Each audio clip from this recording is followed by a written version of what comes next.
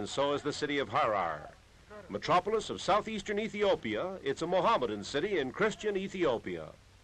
Lawrence Stallings and the movie-tone Ethiopian Expedition film warlike scenes in this remote East African town. Modern trucks, American trucks, rush streams of soldiers to the threatened points of attack near Italian Somaliland. Johnny the Ethiopian is going to war and saying goodbye. The fever of war is burning in Harar. Boys play with guns. The women offer to fight beside their men.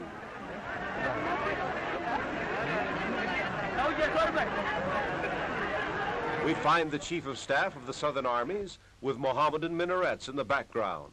And he's a Mohammedan, a Turk, Wahab Pasha, Mohammedan fighting for Christian Ethiopia. Mussolini's generals will meet a soldier skilled in modern battle, veteran of the World War, a Turkish commander at the Dardanelles where the British were beaten, and he won 3 battles from the Russians. Haile Selassie was the hereditary governor of Harar before he became King of Kings. This land was conquered by the great Emperor Menelik, who beat the Italians at Adwa. He subjugated the native tribes of the Gallas and gave the province to Haile Selassie's father. The emperor orders every man to the fighting front, by motor truck and by camel. Haile Selassie, Lion of Judah, defends his home province.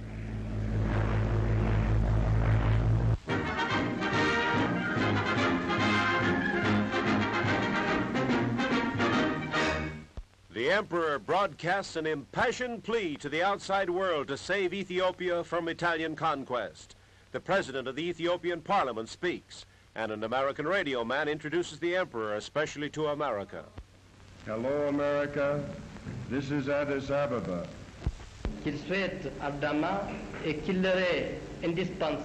He defends his country's cause, calls upon the world to stop the war, and declares that Ethiopia is firmly for peace. Le peuple éthiopien est fermement attaché à la paix, mais il est en même temps... A nation praying for peace but ready to fight to the last. Rome deciding war. The League of Nations preparing to impose penalties. The clash of arms, the thunders of battle seem more terrifying, as at the radio station of Addis Ababa, the Emperor Haile Selassie pleads for peace. Il assiste dans leur effort pour le maintien de la paix.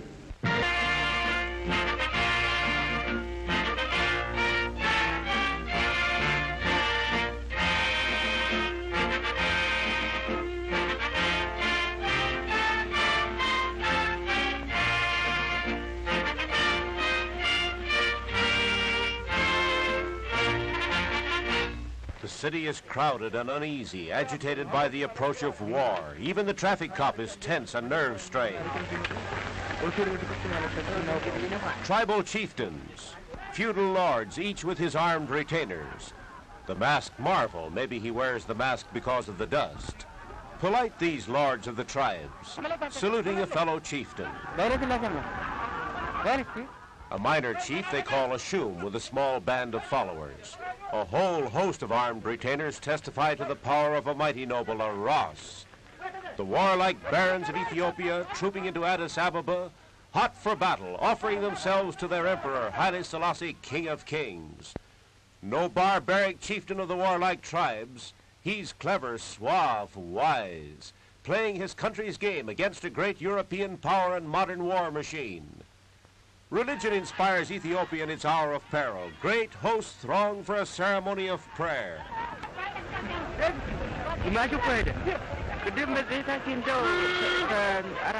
The emperor speeding to worship in his modern car, and they pray for victory in the coming battle. Streaming through the holy doorway to kiss the sacred wood according to the 1,500-year-old Coptic Christian rite. At the railroad station, terminus of her one lone railroad, French-owned, and the Lion of Judah. Affecting scenes, Italian families ordered to leave, and Hindu merchants and their families, too dangerous to stay. So it's goodbye to fugitives from the threat of impending war. Italian children must go, for Mussolini is about to attack. Refugees. Nobody knows what may happen when the fury of battle flames. Ethiopian fury against the Italiano. Jammed train loads, On their way to safety, taking the long trail, the crude Rattler Railroad Trail to the French port of Djibouti, all aboard for safety.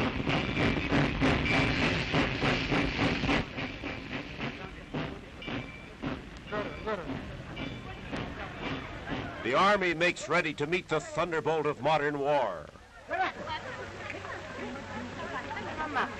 European trained officers with the military routine of the West labor swiftly to fortify for defense.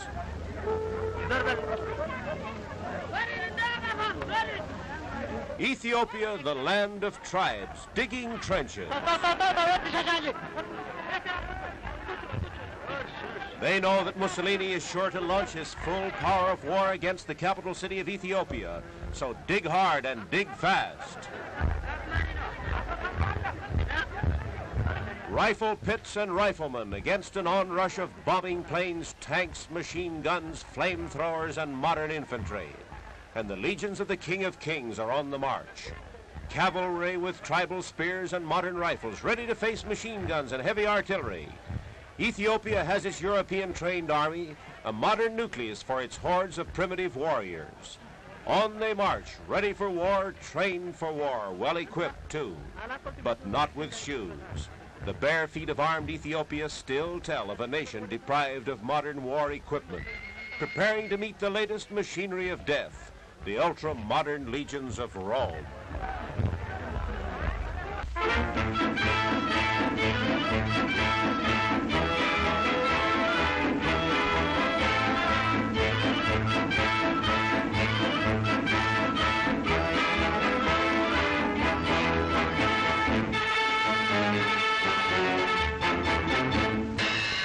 Ethiopia marches to war.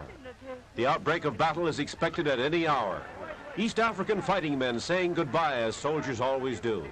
They stream to the line of danger. Their commander, a veteran chieftain of warlike tribes, General Habote Mekele, a jovial chieftain, but he takes the post of danger. He commands the northern and eastern frontier, the border of Italian Eritrea. That's where the massed mechanized divisions of Mussolini are to hurl their first and most violent stroke. The Ethiopian Air Force ordered to the front, a handful of planes like this, to face modern air power. They're loading up with munitions and automatic rifles. The Ethiopian Air Force is not to fight sky battles with the Italian squadrons. It's only for communications and transport, to keep contact with the front lines like this.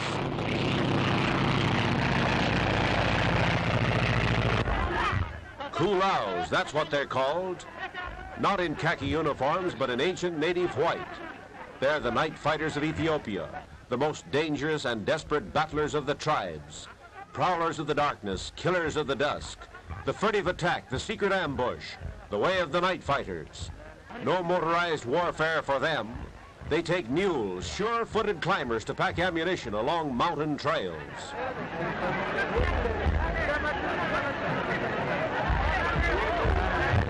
The night-fighting Kulaus rush by train to the danger zone, the surest sign that Ethiopia believes the hour is at hand.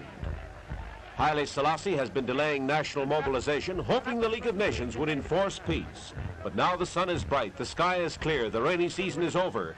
The time has come for Mussolini's machinery of battle to drive into action.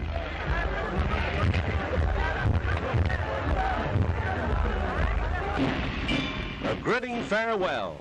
They know it bodes no good for the enemy that the night fighters are on their way. In his capital city, the Emperor Haile Selassie maintains his royal state with tranquil dignity. He visits an Addis Ababa automobile show as if his only worry were about buying a car. The boy beside him is a royal prince. American autos on display. That's Yankee enterprise, putting on a selling campaign in the city threatened by the swift, overwhelming blast of war, center of the world maelstrom. The only means of communication with the outside world is this radio. Strike it down, and Addis Ababa is isolated. And the Italians will try to strike it down at once. An instant target for the bombing planes will be this radio station. Here is where they radioed the Emperor's protests to the League of Nations. And right now, they're flashing Ethiopia's case to the powers of the world. They're talking about America, neutrality policy in Washington, declarations by Secretary of State Hull, American Charge d'Affaires Cornelius Van H. Engert. With him, the King of Kings discusses the American slant on the crisis. Because the rain clouds have gone, the war clouds are drifting near.